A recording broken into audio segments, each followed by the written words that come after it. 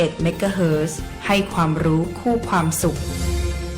ชัดเจนกับเรื่องง่ายๆที่คุณต้องรู้ประกันภัยพรบคุ้มครองค่ารักษาพยาบาลเบื้องต้นถึงผู้ขับและผู้โดยสารเมื่อเกิดอุบัติเหตุบนท้องถนนชัวร์ได้มากกว่ากับประกันภัยรถภาคสมัครใจครอบคลุมความเสียหายต่อตัวรถความรับผิดชอบต่อบุคคลภายนอกมีหลายระดับความคุ้มครองที่เลือกคือเหมาะกับคุณบ่ได้ลืม3เช็คก่อนออกเดินทางเช็คสภาพรถให้มั่นใจเช็คสภาพคนให้พร้อมและเช็ควันหมดอายุของประกันภัยทุกการขับขี่ชัดเช็คชัวร์ไปด้วยกันคปภ.คุ้มครองผู้ทำประกันภัย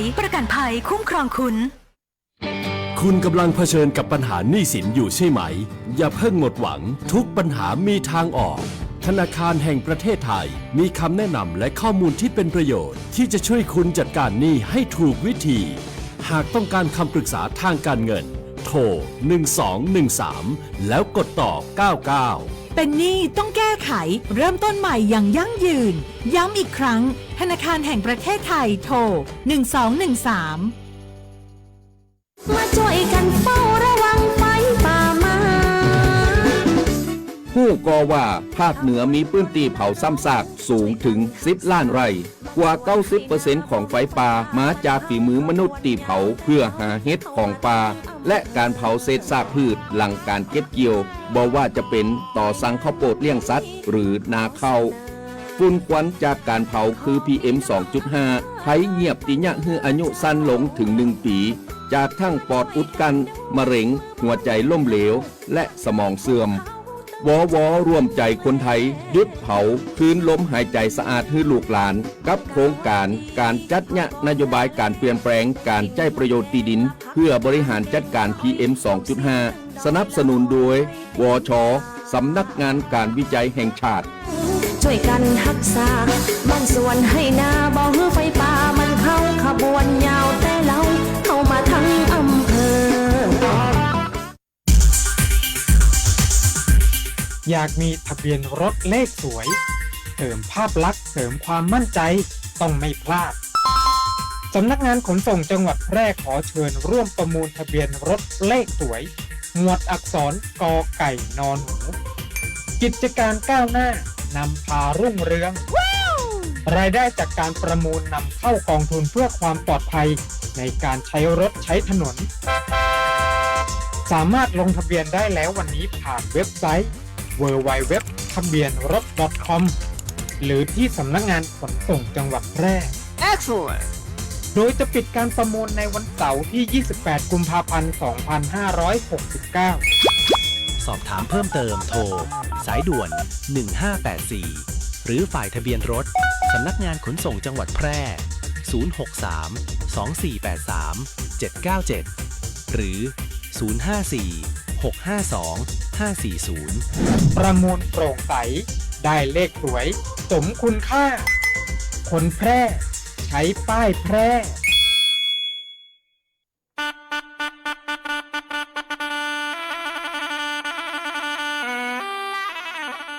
รู้หรือไม่ว่าเหนือใต้เราเชื่อมโยงกันภาษาเจ๊เหหรือภาษาตักใบเป็นภาษาถิ่นที่พูดกันในอำเภอตากใบจังหวัดนราธิวาสมีลักษณะเฉพาะตัวจากการผสมผสานระหว่างภาษาสุโขทัยโบราณภาษาใต้และภาษามลายูภาษาเจ๊เหจึงมีความโดดเด่นที่สำเนียงเนิบช้าและนุ่มนวลเป็นมรดกทางวัฒนธรรมที่กำลังเสี่ยงต่อการสูญหายภาษาเจ๊เห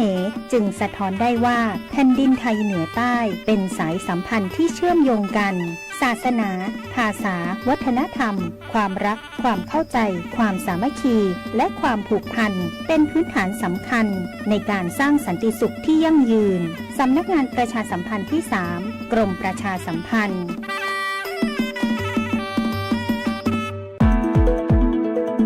ฟังข่าวฟังสวทแพร่ FM 91 เมกะเฮิรตซ์กรมประชาสัมพันธ์ข่าวจริงเชื่อถือได้สื่อรัฐพัฒนาคุณภาพชีวิตคนจังหวัดแพร่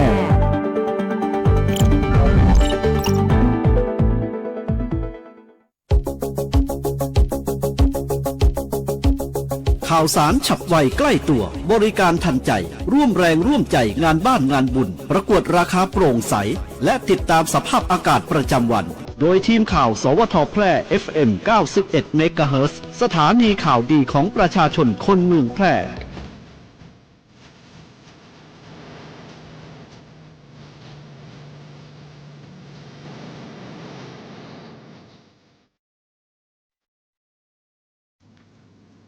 สวัสดีครับสถานีวิทยุกระจายเสียงแห่งประเทศไทยจังหวัดแพร่เสนอข่าวท้องถิ่นประจำวันอังคารที่ 24 กุมภาพันธ์ พุทธศักราช 2569 โดยมีหัวข้อข่าวดังนี้ คุมประพฤติแพร่เดินหน้าโครงการสารสัมพันธ์น้องพี่รุ่นที่ 2 เสริมพลังต้านยาเสพติดฟื้นฟูผู้เสพคืนสู่สังคมอย่างยั่งยืนกรมทรัพย์สินทางปัญญาอนุญาตสินค้า GI ส้มโอขาวน้ำผึ้งเมืองรองและเหล้าแป้25 รายหนุนเพิ่มมูลค่าสินค้าท้องถิ่นจังหวัดแพร่จัดประกวดหุ่นฟางสัตว์ในตำนานสืบสารภูมิปัญญาลดเผาลดฝุ่น PM 2.5 ในงานไหว้พระธาตุช่อแฮปี 2569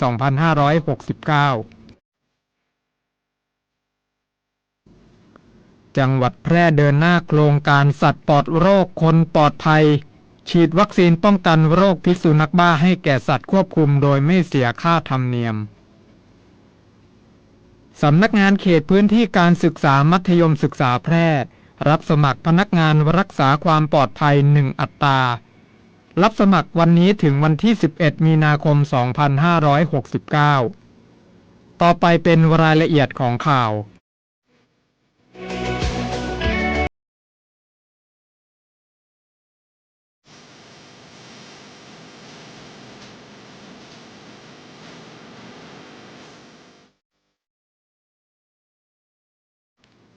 คุมประพฤติแพร่เดินหน้าโครงการสารสัมพันธ์น้องพี่รุ่นที่ 2 เสริมพลังต้านยาเสพติดฟื้นฟูผู้เสพคืนสู่สังคมอย่างยั่งยืนที่โรงแรมฟ้าคำรีสอร์ทหมู่ที่ 3 ตำบลแม่คำมีอำเภอเมืองแพร่จังหวัดแพร่นายวสันต์ปฐมพงษ์ไพรบูรณ์อัยการคุ้มครองสิทธิและช่วยเหลือทางกฎหมายและการบังคับคดีจังหวัดแพร่เป็นประธานเปิดโครงการสารสัมพันธ์น้องพี่เสริมพลังต้านยาเสพติดรุ่นที่ 2 ประจำปีงบประมาณพ.ศ. 2569 โดยสำนักงานคุมประพฤติจังหวัดแพร่ได้นำผู้เสพและผู้ติดยาเสพติดที่อยู่ในการดูแลจำนวน 40 คนเข้ารับการอบรมหลักสูตร 5 วันเข้าร่วมกิจกรรมการบรรยายการแบ่งกลุ่มฝึกปฏิบัติและการศึกษาดูงานตามหลักปรัชญาของเศรษฐกิจพอเพียงและโครงการอันเนื่องมาจากพระราชดำริเพื่อเสริมสร้างทักษะชีวิตปรับเปลี่ยนทัศนคติและวางแนวทางการดำเนินชีวิตที่มั่นคงและเหมาะสมนายโชคชัยบุญชูช่วยผู้อำนวยการสำนักงานคุมประพฤติจังหวัดแพร่กล่าวว่ากรมคุมประพฤติให้ความสำคัญกับการฟื้นฟูและปรับเปลี่ยนพฤติกรรมผู้กระทำผิดคดียาเสพติดโดยมุ่งเปิดโอกาสให้กลับตัวเป็นคนดีภายใต้แนวคิดเปลี่ยนภาระให้เป็นพลังควบคู่กับการใช้แนวทางดอยห้างโมเดลที่เน้นการปรับทุกข์สร้างใหม่ดูแลต่อเนื่องเพื่อเสริมความเข้มแข็งทางใจลดการกระทำผิดซ้ำและสนับสนุนการกลับคืนสู่สังคมอย่างยั่งยืน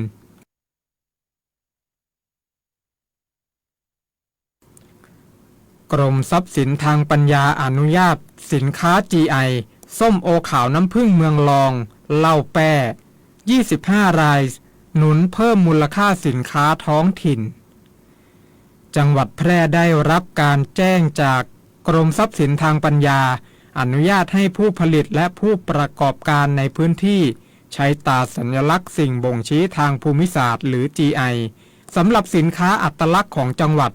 โดยส้มโอขาวเมืองรองมีผู้ได้รับอนุญาตจำนวน2 รายและสินค้าเหล้าแป้จำนวน23 รายผู้ผลิตและผู้ประกอบการทั้ง25 รายได้ผ่านกระบวนการตรวจสอบตามหลักเกณฑ์ที่กำหนดอย่างครบถ้วนโดยคณะกรรมการอำนวยการสิ่งบ่งชี้ทางภูมิศาสตร์จังหวัดแพร่เพื่อรองรับคุณภาพมาตรฐานและแหล่งที่มาของสินค้าให้เป็นไปตามกำหนดของสินค้า GI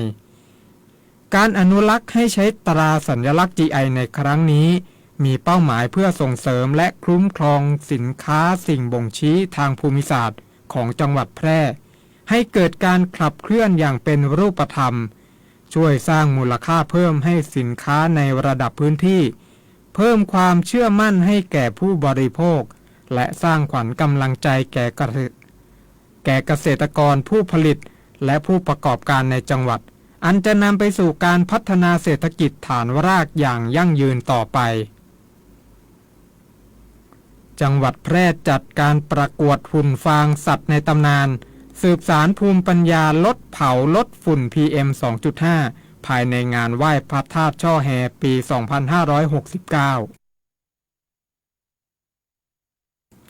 จังหวัดแพร่จัดกิจกรรมการประกวดหุ่นฟางสัตว์ในตำนานเพื่อสืบสารภูมิปัญญาท้องถิ่นและการลดเผาลดฝุ่น PM 2.5 ภายในงานประเพณีไหว้พระธาตุช่อแฮเมืองแพร่แห่ตุงหลวงประจำปี 2569 ณ วัดพระธาตุช่อแฮพระอารามหลวงอำเภอเมืองแพร่จังหวัดแพร่เพื่อส่งเสริมการนำวัสดุทางการเกษตรมาใช้ให้เกิดประโยชน์ลดการเผาในที่โล่งอันเป็นสาเหตุของปัญหาฝุ่นละอองขนาดเล็ก PM 2.5 ควบคู่กับการอนุรักษ์และสืบสานภูมิปัญญาท้องถิ่นให้คงอยู่สืบไปการประกวดหุ่นฟางสัตว์ในตำนานแบ่งการตัดสินออกเป็น2ประเภทได้แก่ประเภทสวยงามและประเภทป๊อปปูล่าโหวตสำหรับประเภทป๊อปปูล่าโหวตเปิดโอกาสให้ประชาชนมีส่วนร่วมในการตัดสินโดยสามารถร่วมโหวตผลงานที่ชื่นชอบผ่านทางเพจแพร่ทูเดย์ตั้งแต่วันที่ 22 กุมภาพันธ์ 2569 และปิดโหวตในวันที่ 2 มีนาคม 2569 ในเวลา 18 นาฬิกาสำหรับการประกวดรางวัลขออภัยครับสำหรับการประกาศผลรางวัลจะมีขึ้นในวันที่ 3 มีนาคม 2569 ในเวลา 16 นาฬิกาผ่านทางเพจแพร่ทูเดย์เพื่อเป็นการสร้างการมีส่วนร่วมของประชาชนและเพิ่มสีสันให้กับกิจกรรมในประเพณีให้เป็นไปอย่างคึกคักและยิ่งใหญ่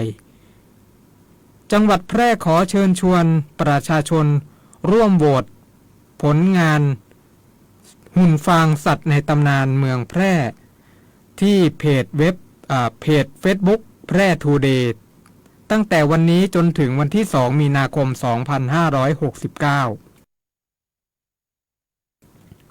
จังหวัดแพร่เดินหน้าโครงการสัตว์ปลอดโรคคนปลอดภัยฉีดวัคซีนป้องกันโรคพิษสุนัขบ้าให้แก่สัตว์ควบคุมโดยไม่เสียค่าธรรมเนียมจังหวัดแพร่ออกประกาศกำหนดเขตท้องที่ทำการฉีดวัคซีนป้องกันโรคพิษสุนัขบ้าให้แก่สัตว์ควบคุมโดยไม่เสียค่าธรรมเนียมตามโครงการรณรงค์ป้องกันโรคพิษสุนัขบ้าประจำปีงบประมาณ 2569 ภายใต้โครงการสัตว์ปลอดโรคคนปลอดภัยจากโรคพิษสุนัขบ้าตามพระปณิธานของสมเด็จเจ้าฟ้ากรมพระศรีสว่างควัตรวรคัตติยราชนารีโดยความร่วมมือของกรมปศุสัตว์กรมส่งเสริมการปกครองท้องถิ่นและกรมควบคุมโรคกำหนดดำเนินการตั้งแต่วันที่ 1 กุมภาพันธ์ 2569 จนถึงวันที่ 31 สิงหาคม 2569 โดยเจ้าของสัตว์ควบคุมที่มีอายุตั้งแต่ 2 เดือนขึ้นไปให้นำสัตว์เข้ารับการฉีดวัคซีนตามวันเวลาและสถานที่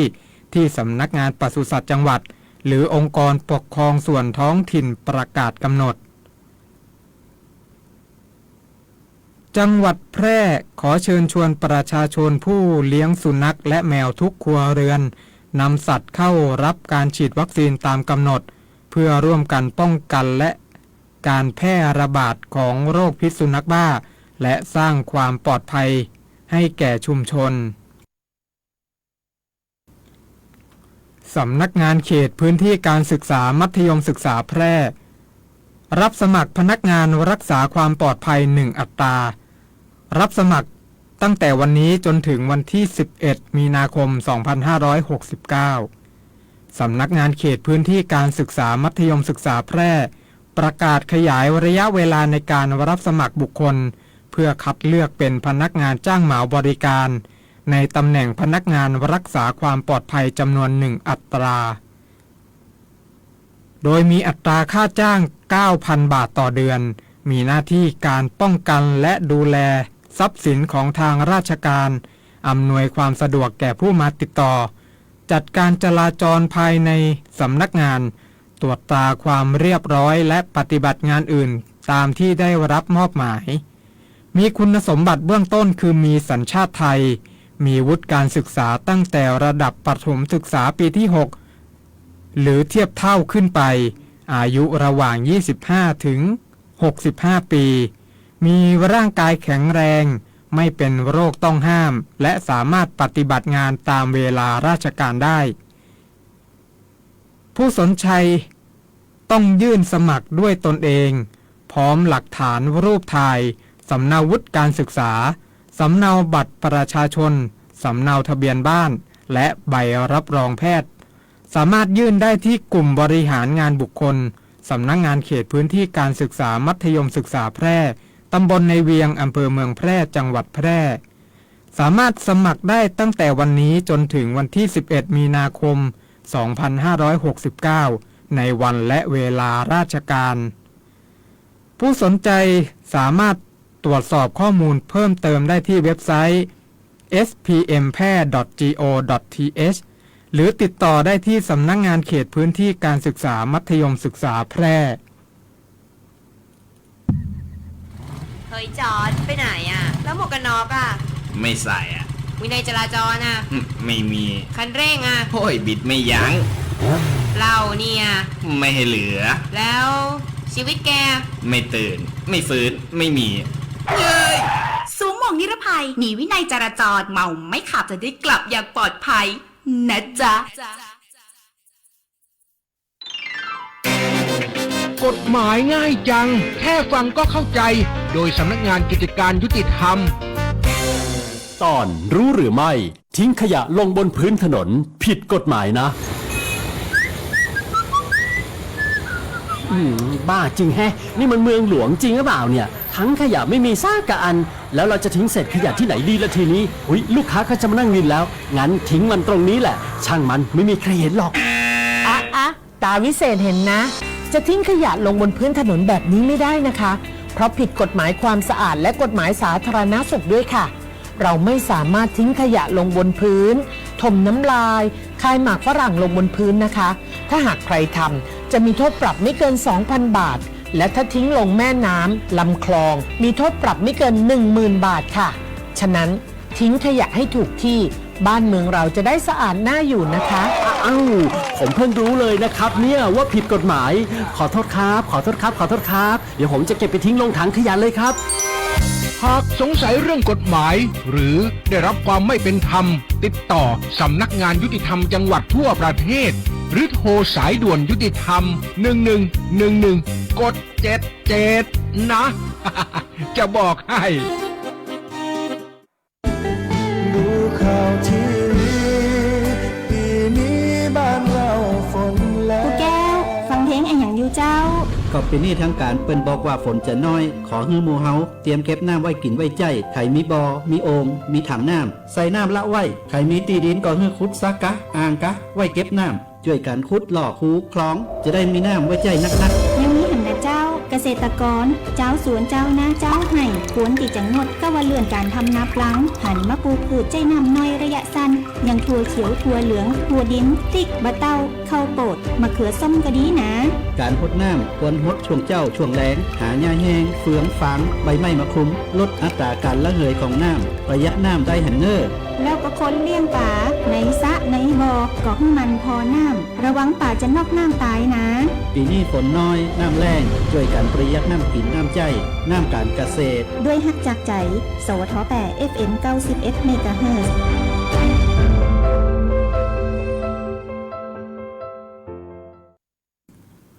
ติดตามพยากรณ์อากาศประจำวันจากสถานีอุตุนิยมวิทยาแพร่วันอังคารที่ 24 กุมภาพันธ์ พุทธศักราช 2569 ประเทศไทยตอนบนมีพายุฤดูร้อนเกิดขึ้นโดยมีลักษณะของพายุฝนฟ้าคะนอง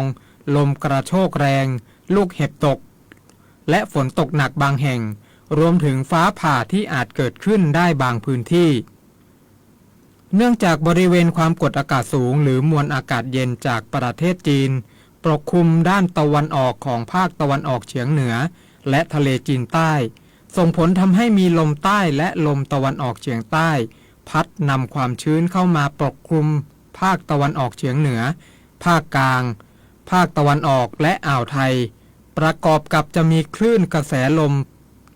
ฝ่ายตะวันตกจากประเทศเมียนมาเคลื่อนเข้าปกคลุมภาคเหนือ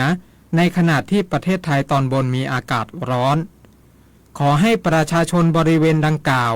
ระวังอันตรายจากพายุฤดูร้อนโดยหลีกเลี่ยงการอยู่ในที่โล่งแจ้งใต้ต้นไม้ใหญ่สิ่งปลูกสร้างและป้ายโฆษณาที่ไม่แข็งแรง